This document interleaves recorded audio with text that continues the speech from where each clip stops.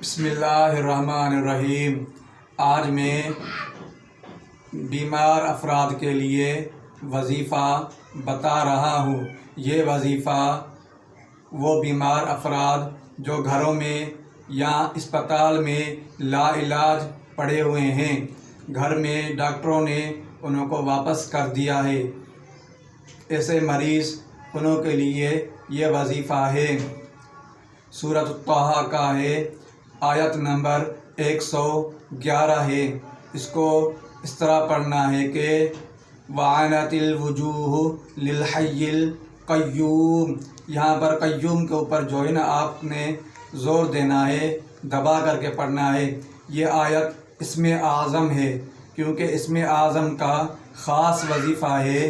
آپ جب پڑھیں گے تو اس کو 1000 مرتبہ پانی پر دم کرنا ہے۔ اول آخر درود ابراہیمی 11 مرتبہ آپ نے پڑھنا ہے، اور اس کے بعد میں یہ آیت پڑھنی ہے۔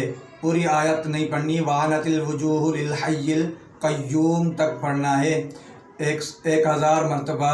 اس کے بعد میں پانی کے اوپر دم کرنا ہے۔ پانی مریض کو پلاتے رہیں سارا دن، انشاءاللہ مریض کو اللہ پاک صحت کاملہ عطا کریں گے انشاءاللہ۔